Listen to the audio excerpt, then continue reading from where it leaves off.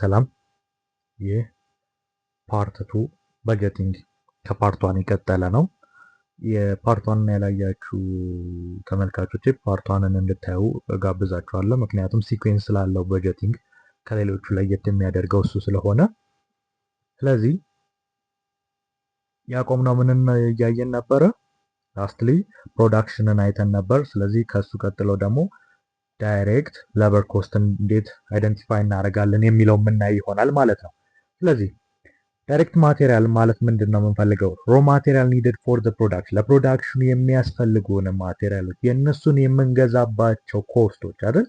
ስለዚህ አንድ ዩኒት ቱ ቢ ፕሮዲውስድ የሚደረገው በስንት ፐር ሃወር ዩኒት ስንት ነው የሚለውን ካልኩሌት ስናባዛው የምናገኛል ዳይሬክት ሌበር ሃወርስ እናገኛል።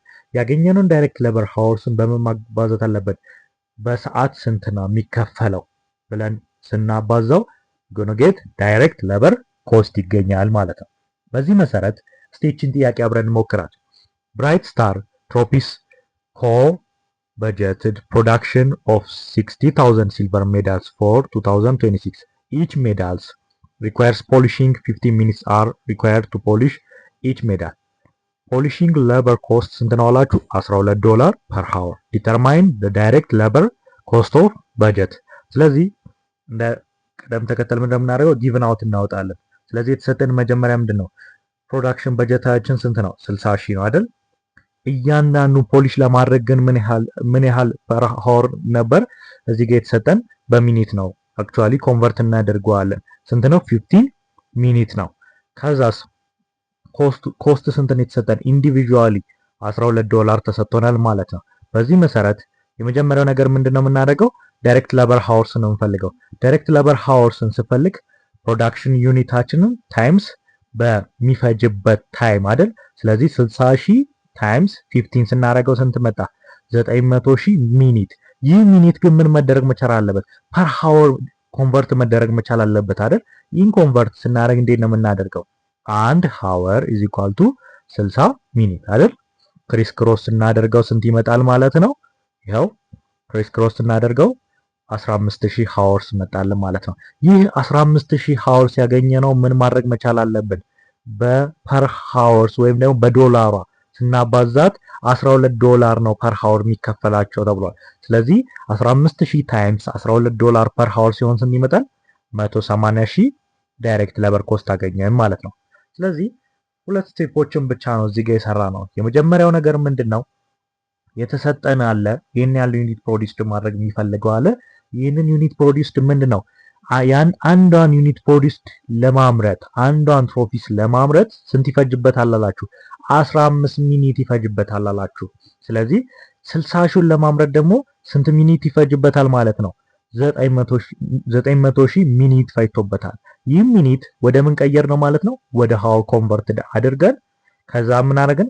እያንዳንዱ ዋጋቸው ስንት ነው ተብሏል፣ ወይም በፐር ሃወር ስንት ነው የሚከፈላቸው ተብሎ $12። ስለዚህ ስናባዛው ስንት መጣ? 180,000 ይመጣል ማለት ነው። በዚህ መሰረት እስቲ እቺን የሲኦሲ ጥያቄ እንሞክራት። ኢስት አፍሪካ ካምፓኒዝ ማኒፋክቸሪንግ ቢዝነስ which produced and sold wearing appear to its existing and new customer.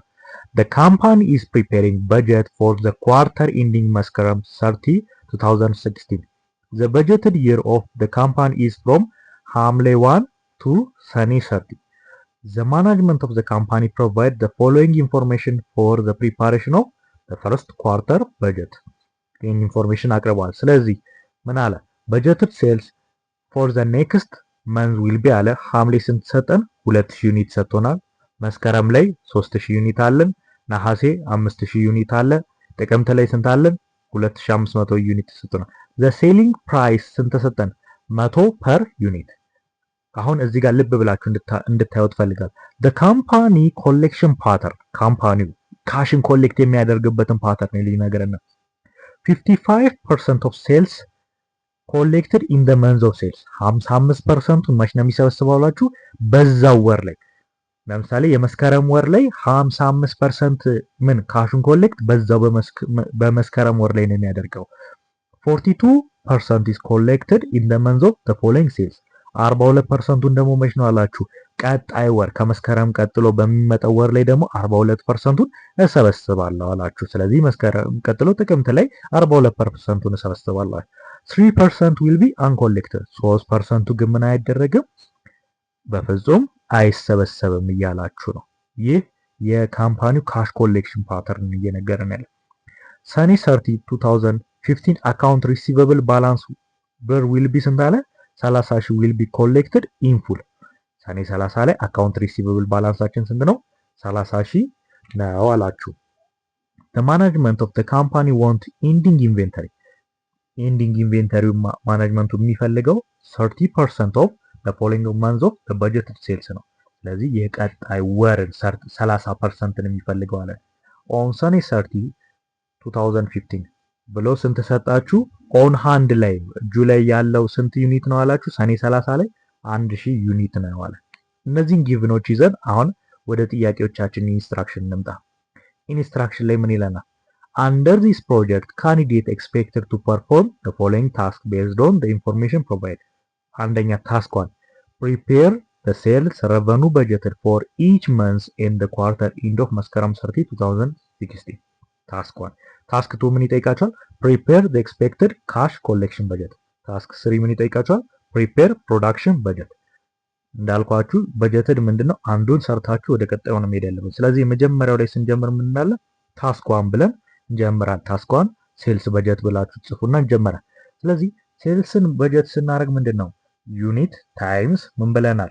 ፕራይስ ብለናል አይደል? አሁን ዩኒቶቻችን ስንት ነው የተሰጠን? ሐምሌ፣ ነሐሴ፣ መስከረም ላይ የሐምሌ ዩኒት ስንት ነው? 2000። የነሐሴ ዩኒት ስንት ተሰጥቶናል? 5000 ተሰጥቶናል። መስከረም ላይስ 3000 ዩኒት ተሰጥቶናል። የእያንዳንዱ ሴሊንግ ፕራይስ ስንት ነው ተብለናል? 100። ስለዚህ የሐምሌን ለመስራት ምንድነው የምናደርገው? 2000 ታይምስ የእያንዳንዱ ስንት ነው ተብለን 100 ስናደርግ ስንት መጣል? 200,000 ይመጣል ማለት ነው። የነሐሴንም ዲተርማይን ለማድረግ ምንድነው የምናደርገው? የነሐሴ ሴልስ ዩኒት ኢን ዩኒት ስንት ነው የተሰጠን? 5000 ታይምስ ሴሊንግ ፕራይስ ስናደርገው በ100 ስንት ይመጣል? 500,000 ይመጣል ማለት ነው። የመስከረምም ላይክ እንደዚሁ 3000 ተሰጥቶናል ታይምስ በ100 ስናደርገው 300,000 ይመጣል ማለት ነው። ሁለተኛው ላይ የተጠየቅነው ምንድነው? ካሽ ኮሌክሽን አይደል? ካሽ ኮሌክሽናችን አሁን እዚህ ጋር ልብ ብላችሁ ስሙኝ በደንብ ምን ብሏቸዋል? 55%ቱ የሚሰበሰቡ በዛው ወር ላይ የቀረውስ 42% ውስጥ በቀጣይ ወር ላይ in the following months ብሏቸዋል አይደል? ይሄንን አስታውሱ። ስለዚህ ሐምሌ፣ ነሐሴ፣ መስከረም ሐምሌ ላይ የሐምሌ 200,000 ነች አይደል? 200,000 የ200,000 ስንት 55%ቷ በሐምሌ ወር ላይ ይሰበሰባል። የ200,000 የሐምሌ ወር ላይ 200,000 42% የት ነው የሚሰበሰበው ማለት ነው? አዎ ነሐሴ ላይ ነው የሚሆነው ማለት ነው።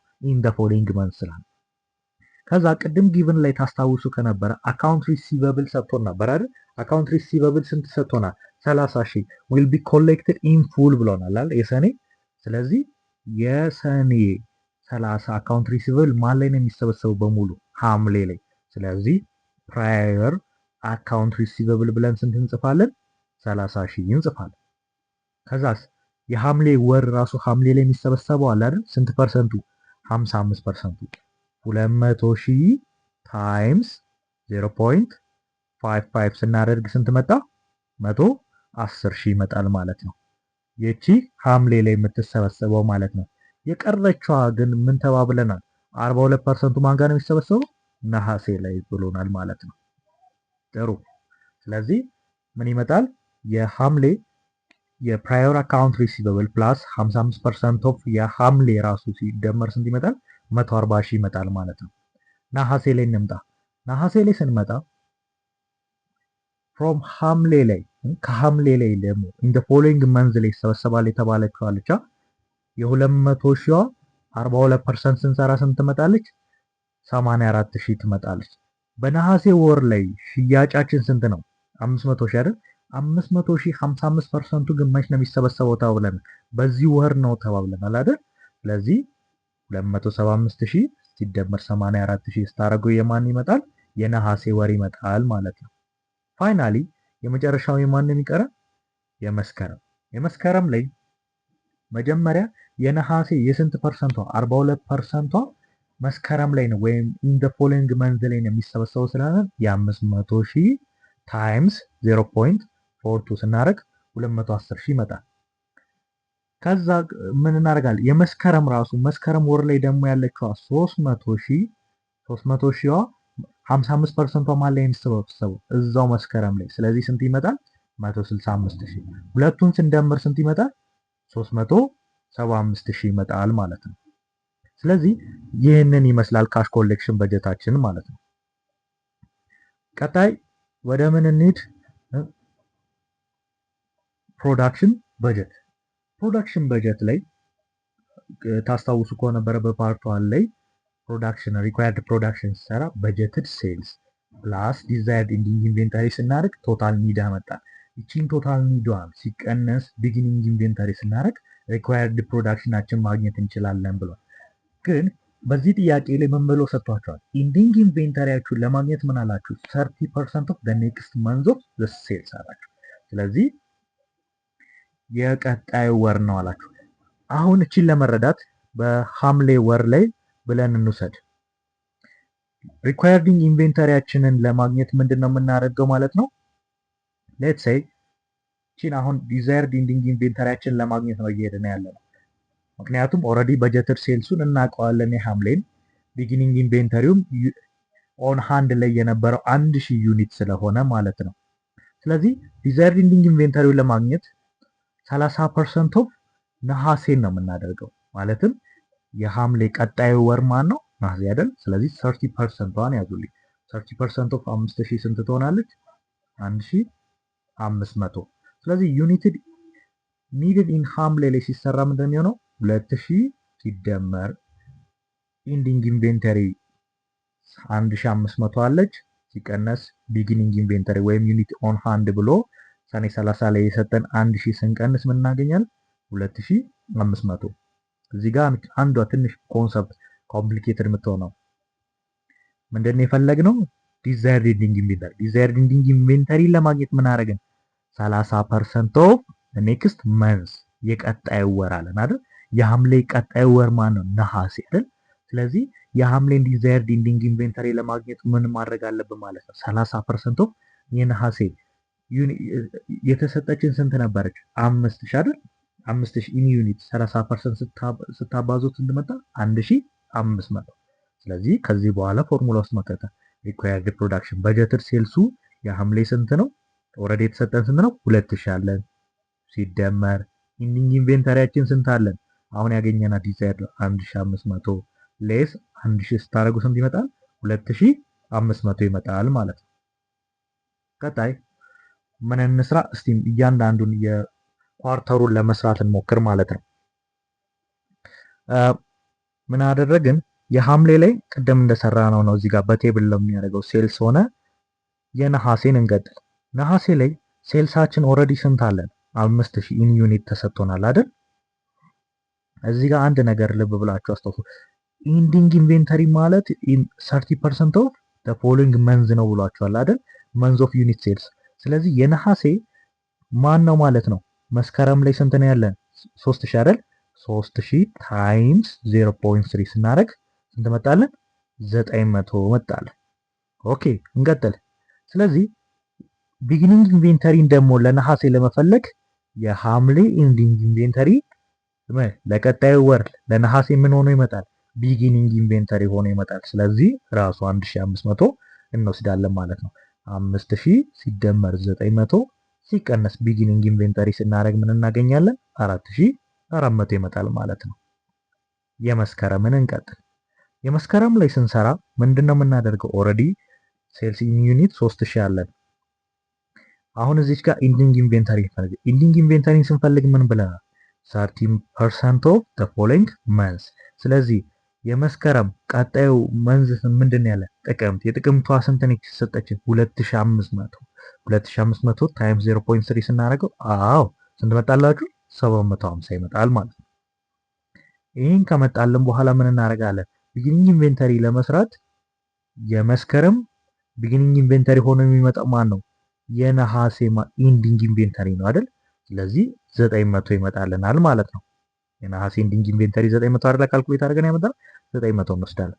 ስለዚህ 3000 ሲደመር 750 ሌስ 900 ስናደርገው ስንት ይመጣል? 2850 ይመጣል ማለት ነው። ስለዚህ በዚህ መሰረት ምን አደረግን ማለት ነው? ፕሮዳክሽናችንን በጀት ሰራን ማለት ነው። ወይም አንድ የፕሮጀክት ታስክ ገደላችሁ ማለት ነው። ስለነበረን ቆይታ አመሰግናለሁ። መልካም ጊዜ